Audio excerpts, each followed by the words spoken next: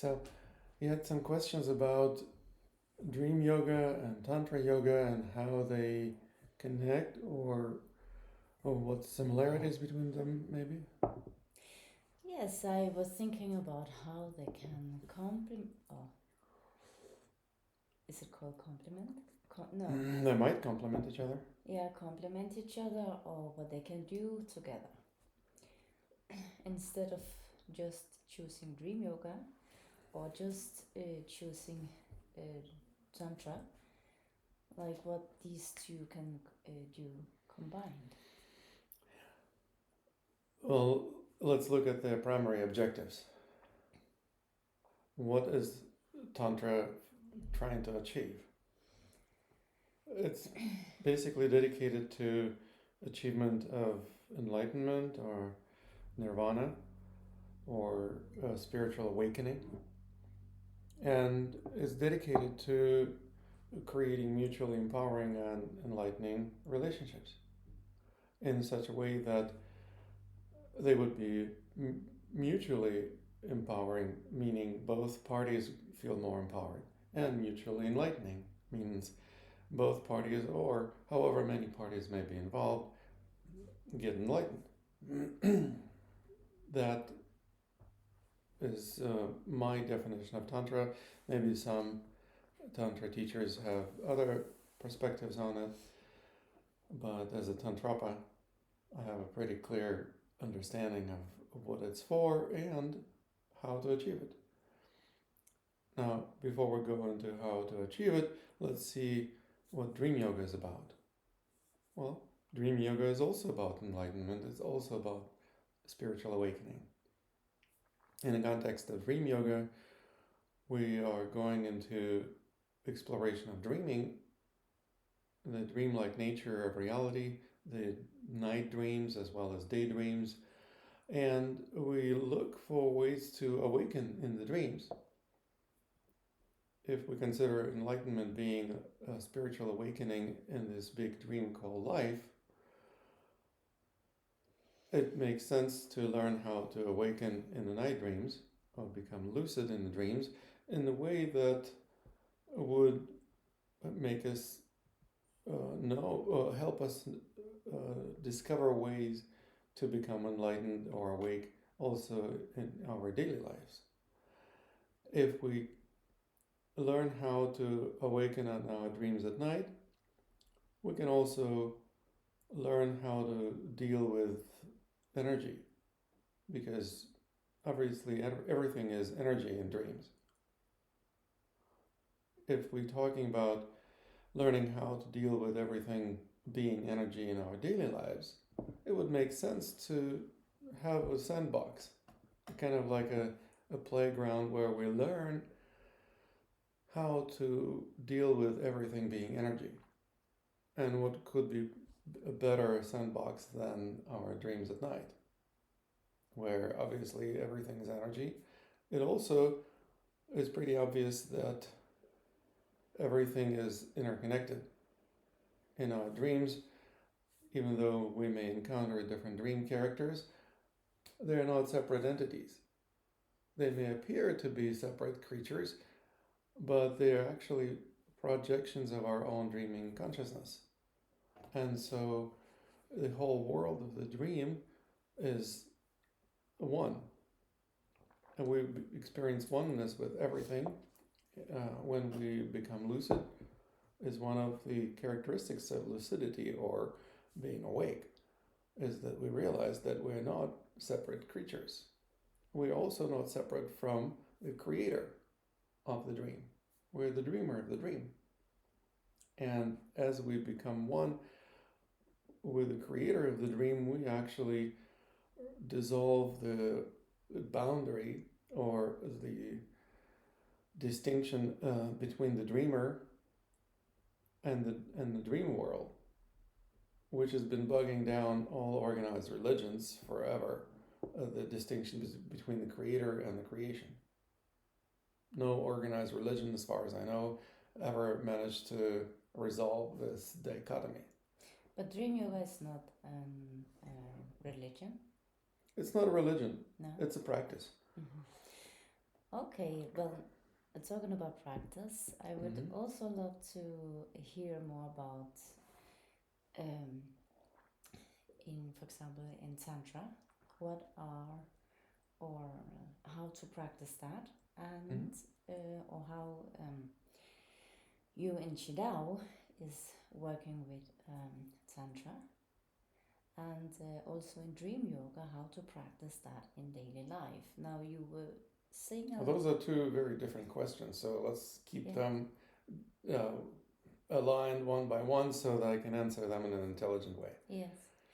It was just because I was curious about the way you explained Tantra at first, where it's talking about your mutual empowerment. Mm-hmm. Um, for example, for it could be like two parts that was mutual empowered, or you also mentioned who or how um, who or what are in how to say that included in that mutual empowerment. Like, are you thinking about partnership or groups um, or how do you um, How do I um, what? How um, do I define who are the parties to the mutual empowerment? yeah, but how do you work with tantra in everyday life? Like, is it only in a partnership, or in a like or is it also in your work or in I would like to understand deeper how to work with Tantra and the mutual empowerment in relationship by large. Yes. And it is because many people maybe think Tantra is about mostly sexual uh, exploration, but if Tantra is the path also to enlightenment, it might include much more diversity in working with empowerment and relationship. Well, business relationships are also relationships. Yes. Neighbors are also a type of relationship. Relationships are not only sexual relationships, Mm-hmm. although those are often where the challenges are most pronounced. The challenges when we forget that we're dreaming up our experiences, the challenges of our buttons getting pushed, or the challenges where we forget about spiritual practice and try to focus on some other aspects of our life at the expense of spirituality. So, what we do instead is we learn how to include more things into our practice, how to integrate. That integration is one of the principles of our art. We learn how to develop a more integral approach to things. So, for example, let's start with ourselves. How can we experience greater integrity? How do we integrate different aspects of ourselves in such a way that we are not compartmentalizing them? We are not separating things within ourselves, like this is the good side of me and this is the bad side, or this is the spiritual side and this is the mundane side, or anything like that.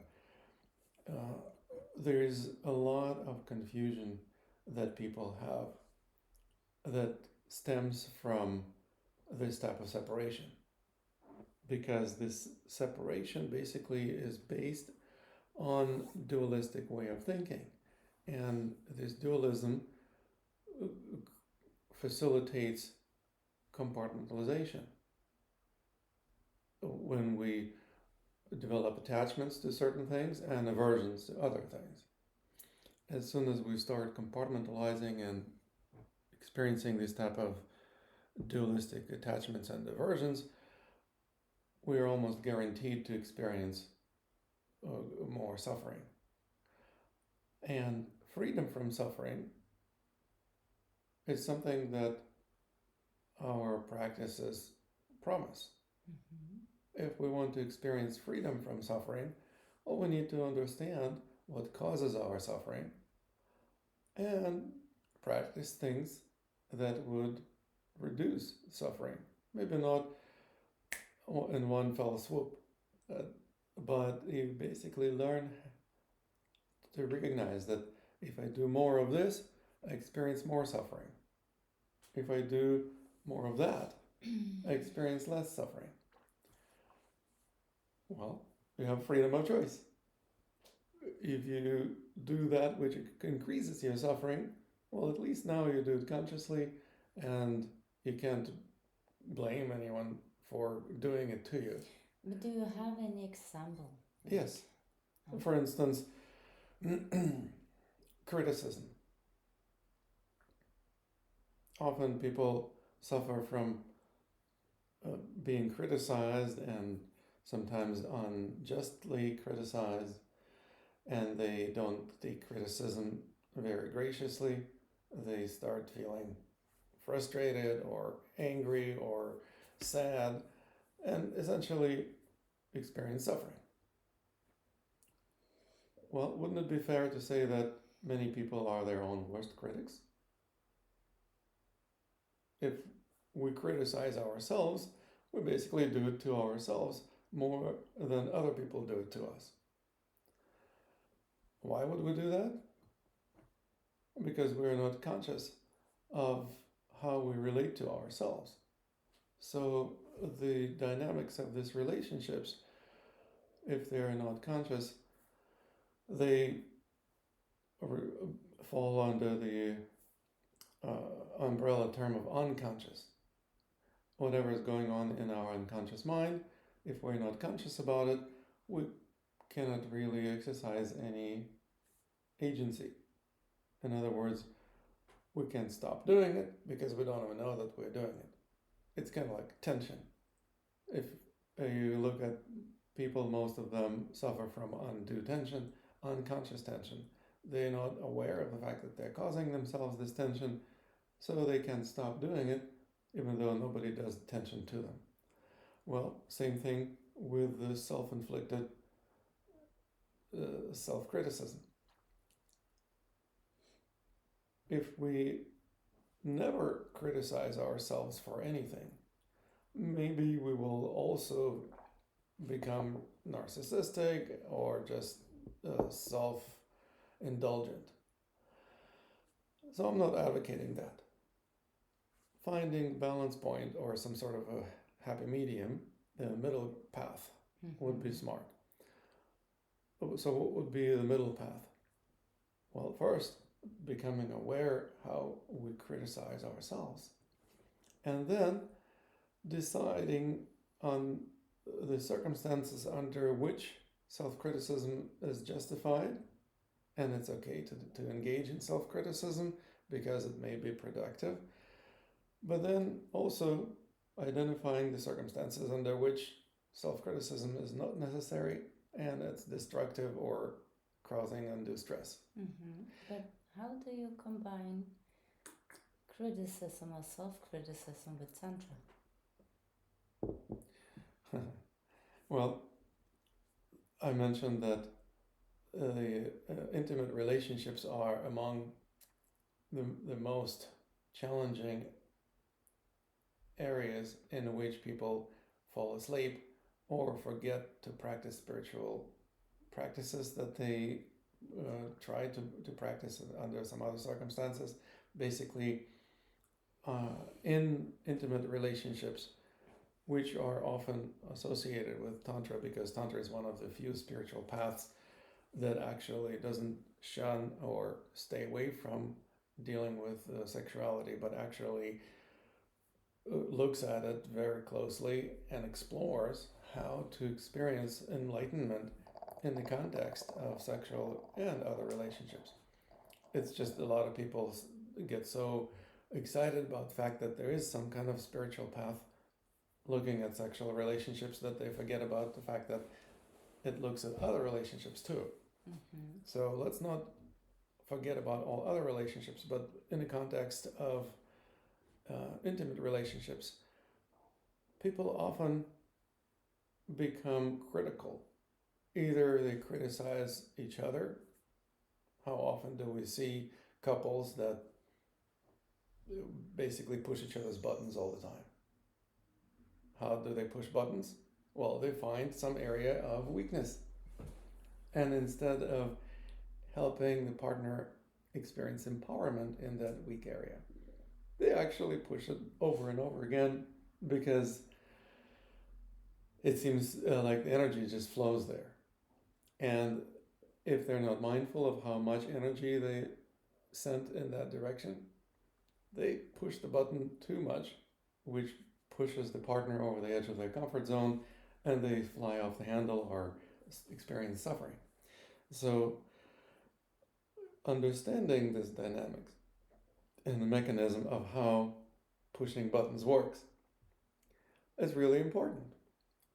We don't stay away from assessing the areas of strength and areas of weakness of our partners, but we learn how to become conscious of what's happening on their side of this dynamic. If we push the button too hard, that will push our partner over the edge of their comfort zone and they will be suffering. So instead of causing them suffering, we want to help them experience empowerment. So we don't stop criticizing them. We just do this very mindfully and with a degree of finesse. So we bring our attention to that area of weakness, but we do this only to the degree that brings that person to the edge of their comfort zone and doesn't push them over the edge. It also encourages that the person then to bring their own attention to this area instead of sweeping it under the rug or pretending it's not there. They actually accept the fact that, yeah, there is some room for improvement. I can actually get stronger here because right now I'm experiencing some weakness, and I accept the help of my partner instead of resisting criticism or trying to fight back and maybe push the fingers at them instead, which of course doesn't make anyone happy because the two partners pointing fingers at each other essentially create more strife in their relationship, and often the relationship will come to an end because they just can't stand each other anymore. What we do instead is we learn how to say thank you for pointing out my area of weakness.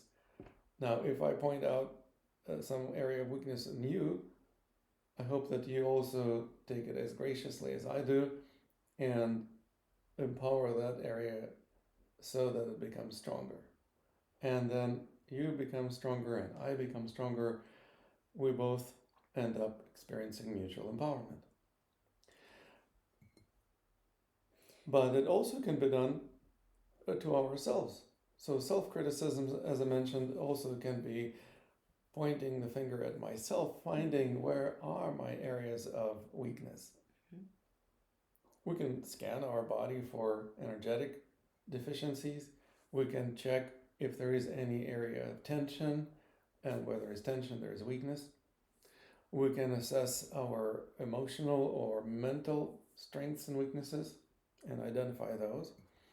We can assess our areas of strengths and weaknesses in terms of our communication skills or our finances or other abilities that we entertain in our daily lives. In other words, almost any aspect of life also can be assessed for areas of strengths and weakness in such a way that we could strengthen the weaknesses and be less weak as a result, mm-hmm. or be stronger as a result.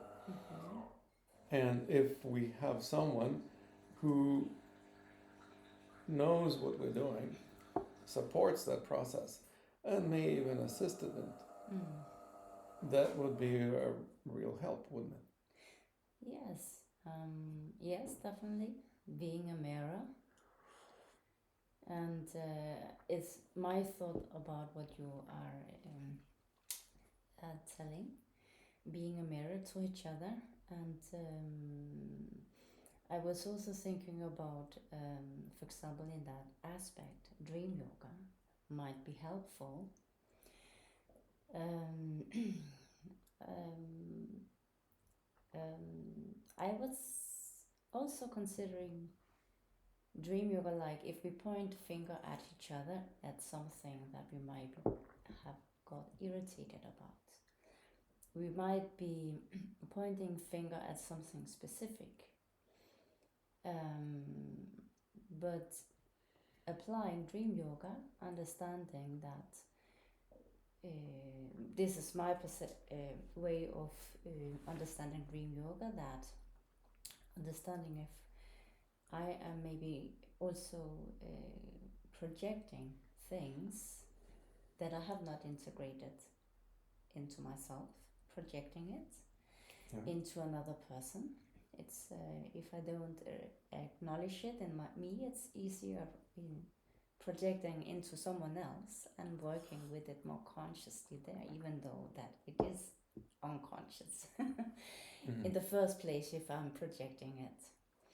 Now, it's a conscious projection. Basically, yeah. it's a form of a daydream, but it becomes a lucid daydream when you continue projecting. But then when you do it consciously, you can actually master your projection.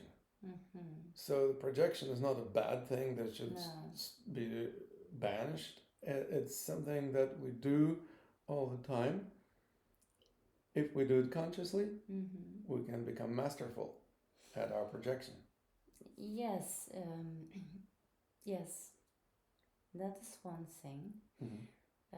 What I also was thinking about that was that even though that we point finger at each other, I sometimes do think that it is a mirror of, for example, in me, if I have challenges to create boundaries, and I don't sufficient create these boundaries in my relationship, I maybe point fingers at the other of something I'm irritated about, but it's actually not, I'm not irritated about a specific that, but it's more that I am not good at setting boundaries and explain them. So it's like a prevention of something that escalate in the relationship. The boundaries are very interesting things because many people, I would say most people, feel like they don't have strong enough boundaries and they need to strengthen their boundaries, and they suffer if somebody violates their boundaries. But the boundaries actually start dissolving in our dreams when we realize that our dream characters are not actually separate creatures. They are projections of our own dreaming consciousness. And so the boundaries all of a sudden become much more transparent. What appears to be a dream character actually is a reflection of ourselves, of a certain aspect of ourselves that we don't identify with, so much so that we externalize it and project it out to the point that they appear to be a separate entity. Now, does it mean that we should not have boundaries? I'm not saying that we should never have any boundaries. I'm saying that these boundaries become more and more transparent, and eventually they start dissolving on their own. I don't know if they will dissolve completely, but they become more permeable. And in Tantra, we learn how to experience certain opening of windows, as I call them, when we connect with another person from heart to heart, from one inner essence to the other inner essence, rather than relating to the boundaries, the walls of the bubbles, as it were, that get in touch with each other when we don't have windows open. The opening of the windows, which often feels like love, is something that is of high importance in Tantra. We learn how to experience love and open the windows and connect with the other person, bypassing the boundaries. But most people would say, wait a moment, I don't want to lose my boundaries. I don't want to lose myself. I don't want to have somebody intruding into my boundaries. Well, that's fear talking. Yes. The fear is the power that closes the windows. Yes, but if we then let's say, take an example. Huh? Like, I really love live candles. Sometimes I like the when fire is live, and I also like to have it's cozy during winter time. Okay. I also have electric lights, but sometimes I also think that candlelight has a more vibrant energy to it than electric light. Yeah, you connect with the element of fire. Yes. Okay. Now, I realize or understand that you have a boundaries of, for example, the smell of when I blow out the candle, and that is a very like strong boundary. Like, I don't resonate with the smell of the artificial wax. Yeah. Natural wax is quite fine. So again, it's a fluid boundary. If it's but that is, for example, the one I have is a natural stearin.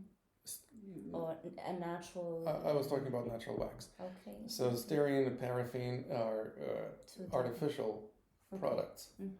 So the wax created by bees is a natural product. I resonate with the natural products a lot more than artificial products. And as you can see, I don't resonate with the smell of the smoke produced by the artificial products.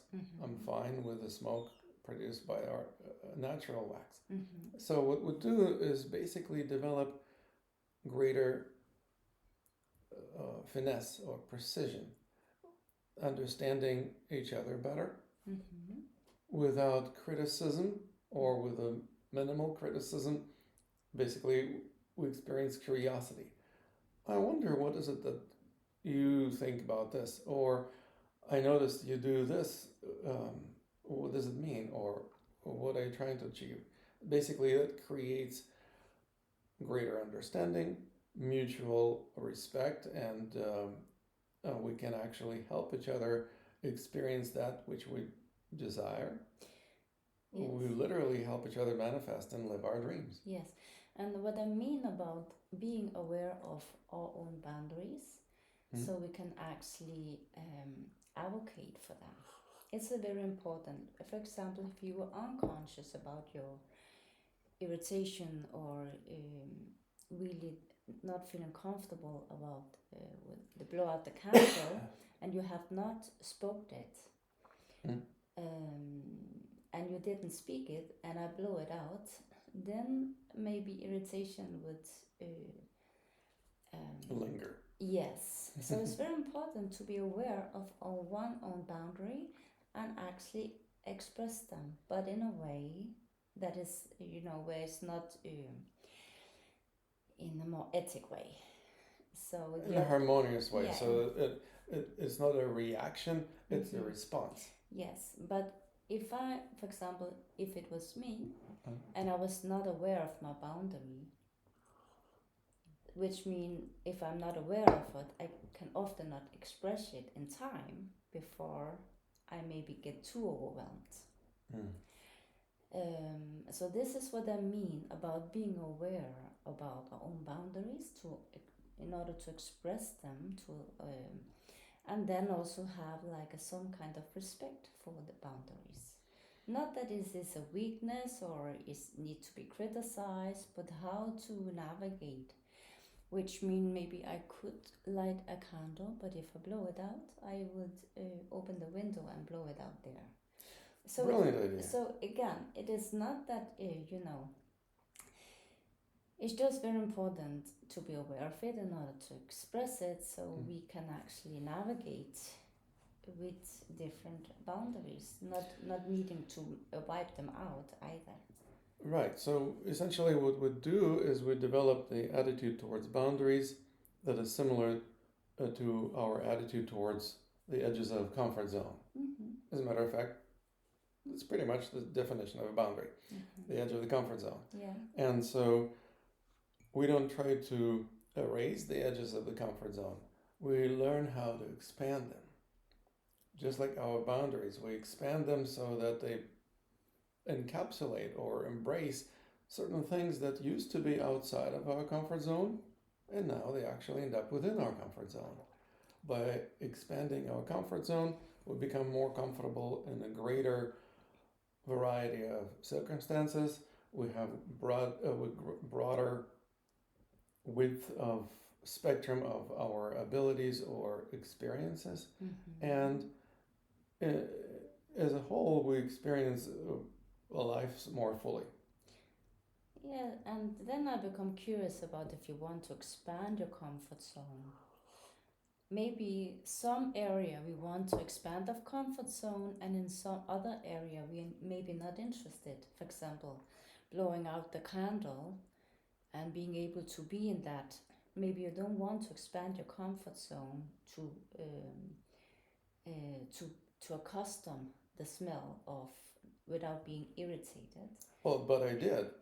I initially just was irritated by the smoke when the paraffin candles were blown out. But then I discovered that, hey, there is wax candles and they don't bother me. And essentially, I expanded my comfort zone by including into my range of what I find comfortable with certain candles that are quite fine. In other words, I don't say all candles are bad, forbidden, should never be used. Basically, expansion like this is a step in the direction of greater inclusion. Now, will I ever include the paraffin candles? I don't know. Maybe if they're made in such a way that they smell nice when they're being blown out, or maybe it's the quality of the wick. I don't know. It basically, there's something that works and something that doesn't. Different things may resonate with us differently. Yes. So our art is very much about developing discernment, which is about identifying different degrees of resonance with different things and navigating the variety of things that have different degrees of resonance with us, so that we don't constantly focus our attention and bump into things that we don't resonate with, because that would be a nightmare. Yeah. Essentially, that's what a lot of people experience in their daily lives. They live the nightmare of daily life. And the reason why that is the case in most people's experiences in life is because their attention is trained or domesticated, as I put it, to focus on things that they don't resonate with. That those things that they're afraid of, the things that they dread happening in the future, or they're afraid that they're going to happen, and so that whenever they think of future, they become anxious. Whatever happened in the past, often they're dwelling on those things that they wish didn't happen, or wish that it happened differently, or they wish that some things happened and they didn't happen. In other words, again, focusing on things they don't resonate with creates the nightmare of a daydream, whether we're daydreaming about the future or the past.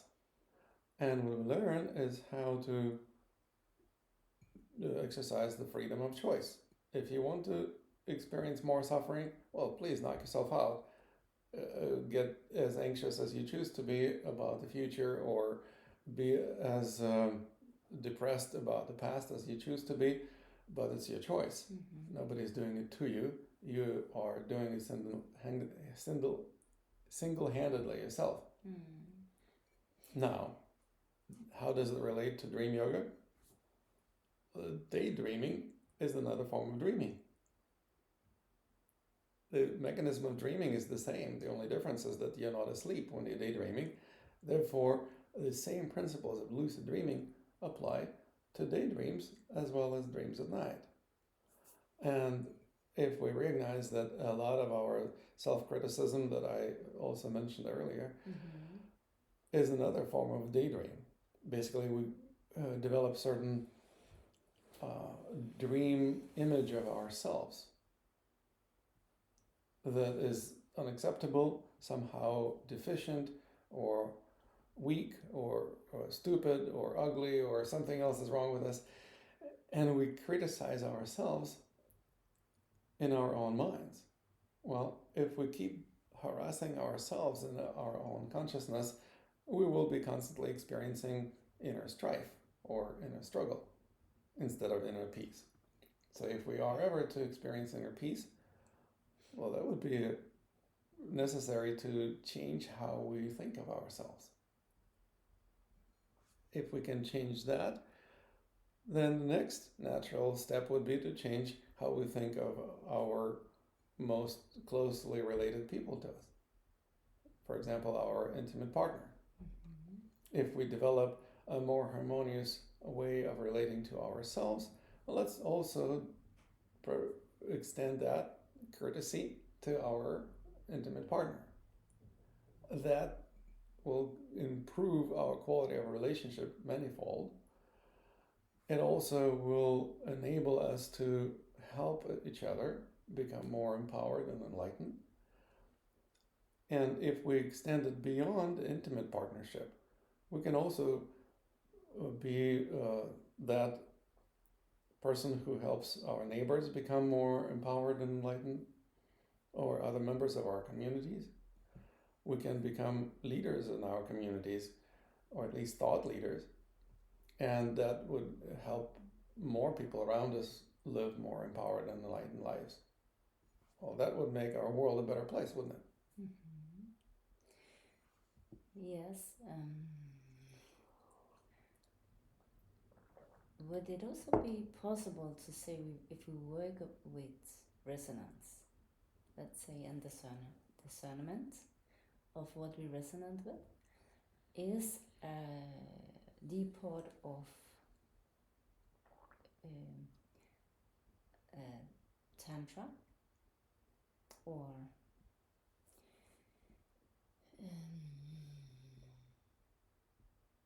what? Yeah, Tantra and understanding our own resonance. Yes.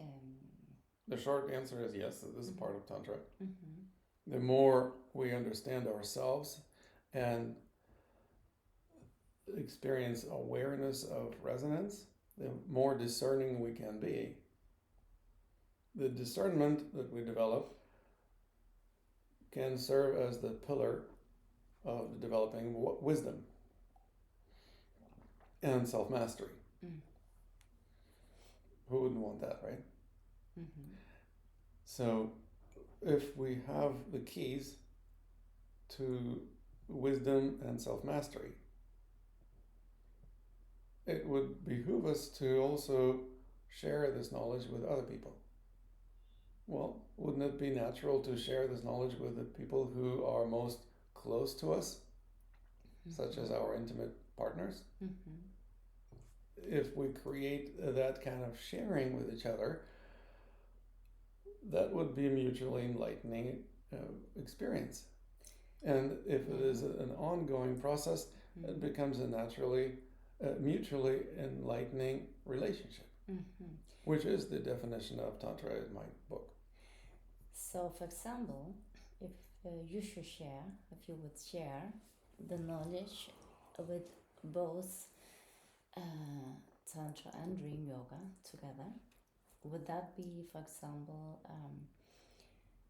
a program that would benefit couples, or for whom would this be? How to say? Most beneficial to? Yeah. I think. Yeah, I think couples would benefit. Mm-hmm. I think singles would benefit. I think parents would benefit. Mm-hmm. I think children would benefit. I think young people would benefit. Old people would benefit. I don't actually see anyone who would not benefit. The different people might have different degree of motivation to experience these benefits. Mm-hmm. So perhaps people who suffer more would be more motivated. Mm-hmm. If you are in a nightmare, it's more likely that you're motivated to awaken in the dream Mm-hmm. and realize that you're dreaming. Yeah, yeah. So maybe those people who suffer more would be the ones for whom we would offer these programs, because they would be much more motivated Mm-hmm. to enroll in these programs and go through them and benefit from them. I certainly can see how working with resonance and discernment and mutual empowerment, as well as awakening to one's own dream, understanding that we are dreaming all the time, our own experiences, could be beneficial for many people in many different age and relationship. Mm-hmm. Yes, and also I actually think it could be fantastic to do it in a very practical way, like really finding everyday experiences to work with them. So Yes, absolutely. Everyday experiences can begin with simple practices such as lucid daydreaming. It's an everyday experience which we do not just every day but virtually every moment of our lives when we're not asleep, at which point daydreaming turns into night dreaming. But nobody teaches people how to daydream in a lucid manner except for us. So we want to share this wisdom with people, and those who suffer from self-inflicted anxiety or stress or burnout would probably be people who would be motivated the most. Whether or not they're couples, I don't know. I'm sure that there are couples that would love to engage in this kind of exploration. On one hand, they need to be highly motivated. On the other hand, they need to have enough cohesion in the couple so that they would come together to some practice or event. Otherwise, one person says, I want to do this because it will improve our relationship, and the other one, like, screw you, I don't want it to go anywhere. Yeah. Yes, I can definitely see how that could be very helpful in a relationship. But I'm also thinking about, like, if it's not a parent-child relationship, maybe a couple relationship where the also is burned out, and because of that, some of the challenges is actually being intimate with each other. So I think in that context, how would you that would probably be a program for itself, or it can be. Intimacy is certainly one of the aspects of Tantra. It's one of the most obvious energy exchanges that we experience in our daily lives. And those people who engage in these energy exchanges consciously would benefit a great deal, because they would learn to pay attention to the energy as it flows, recognize the energetic nature of both people involved, and also learn how to discern which energetic experiences they resonate more with or less with, and it applies not only to them but also to the other party. Now that would be a fantastic learning opportunity for most people. Learning opportunities often are masked as problems. So as you said, maybe people have a problem with intimacy. Maybe they build the boundaries so strong that they just run into the walls when they try to talk to each other or be intimate with each other. Maybe they don't have a positive mental image of themselves. And so, for a man, for example, that would lead to having hard time becoming erect. And without erection, well, there still can be intimacy, but not so much fun. Um, and erectile dysfunction is a major issue for people who've been in a relationship long enough that they basically either lose interest in the partner sexually, or they've been put down by their partner so many times, criticized or otherwise, that they just don't believe in themselves and don't have a high enough self-esteem. It all boils down to daydreaming, and like I was talking about, we have practices for transforming self-criticism into self-esteem. One of those practices might be mirror gazing. One of the most basic tantric practices, when the person basically develops a more harmonious relationship with the person in the mirror, which of course is themselves, but it kind of helps to have an externalized version of yourself that you can basically have a dialogue with, or apologize to for being too critical, or express gratitude or acceptance of.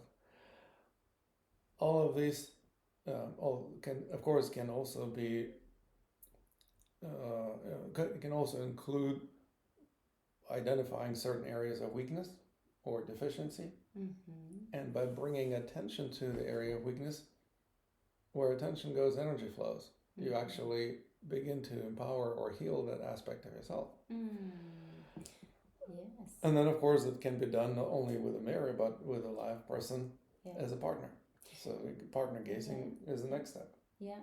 Yes. Also talking about that in a tantra context, but for example, also dream yoga. Let's say if let's say if I have discovered a pattern where I have had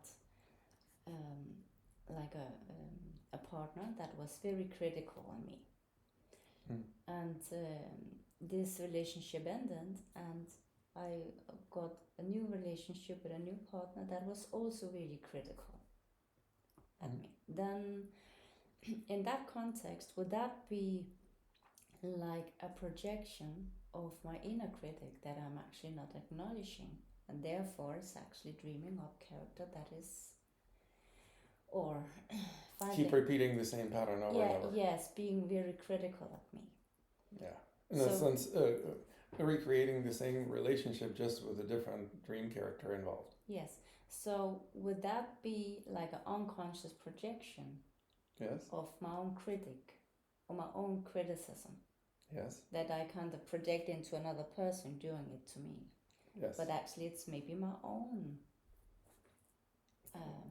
Brilliant awareness. Critic, yeah. And that's exactly why we learn how to deal with self-criticism, develop self-acceptance, because acceptance is a prerequisite for attention. It's hard to pay attention to that which you don't accept. Even those areas of weaknesses that we were just talking about, we want to pay attention to them. By doing so, we would bring a lot of energy to the area of weakness and thereby empower it. But if we can't accept it, it's hard to focus on it. It's hard to pay attention to it. We're trying to either sweep it under the rug, pretend it's not there, run away from it, distract ourselves from it, or fight against it and try to get rid of it. All of these basically are examples of unacceptance. And instead of attention, we start exercising intention. It's a fine line between intention and attention, which many people never even consider. But it's important to consider it because that gives us the ability to actually exercise attention, which is the major it's a major shortfall in most people's lives. Most people don't actually enjoy enough attention. attention deficit disorder is a rampant epidemic happening, and it's not just that people don't know how to pay attention, they also don't get enough attention. Mm-hmm. And one of the first things that we learn and teach and practice is to recognize that nobody would give us more attention than we can give to ourselves. And if we learn how to accept ourselves, then we can actually pay a lot of attention to ourselves. Now, that's the opposite of what many people think they should be doing, because they have been domesticated to feel uncomfortable paying attention to themselves. They may think that this is selfish or self-centered, but without paying attention to ourselves, we can't experience self-empowerment. Mm-hmm. So it would be essential to learn how to pay attention to ourselves by developing self-acceptance. And those ways of processing our repetitive patterns, the practices of gazing in the mirror, lucid daydreaming, and other practices are all great examples of developing greater acceptance, thereby learning how to pay attention to ourselves and empower ourselves to be more capable of expanding our consciousness beyond our limitations that we're used to. Mm-hmm. That expansion of consciousness is what most spiritual seekers would love to experience. But most people don't know how to, otherwise everyone would be enlightened by now. Mm-hmm. Mm-hmm. Does it make sense? Yes, that makes sense. Great. Yeah. So, Yeah. when are you going to launch a new program on yoga and tantra? Dream yoga and tantra. Dream yoga and Tantra yoga. Yeah, I think January or sometime beginning next year would be a good time to do that. Mm-hmm. I think a great way to teach tantra is actually in a immersion experience, in the form of a retreat. Mm-hmm. Yeah. I think that would be a wonderful way to do tantric programs, Mm-hmm. as retreats, a week long, maybe 2 weeks long. Yeah. So that's something that we will need to organize, and obviously we need to give people enough notice, because launching a retreat in a month from now Mm-hmm. would be too soon. So maybe 3-4 months down the road. Yes, I think maybe the 2025 should be a year launching this workshop and retreats Yeah, during most of the year. I agree.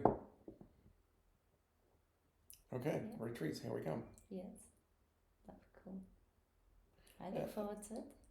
Yeah, and during those retreats, we will be exploring both tantric practices, dream yoga practices, and also movement practices. We don't want to just be all theoretical or in our head about it. We want to engage in exploration of harmonious culture and movement, which also helps us sustain harmonious state of mind. It's an integral way of move, right? Like a Exactly. mm-hmm. It also teaches us how to pay attention to energy as it flows through our bodies and around us, so that we would be able to embody that discernment. It's not just a mental ability, it's actually an embodied experience where we can choose our movements based on energy awareness. Mm-hmm. And the more we move in a way that we resonate with, the more we feel in flow. Well, that's why we call Qidao the art of being in the flow, Mm-hmm. because it actually teaches how to embody exactly that very practically, and that's something that we'll also be integrating into our retreats. Mm-hmm. So, Dream Yoga, embodied harmonious culture of movement, and Tantra Yoga. Indeed. Yeah. Okay, thank you very much. Oh, you're welcome. Yeah. Wonderful. Did we get everything we wanted to get? Almost an hour. Yeah. Cool.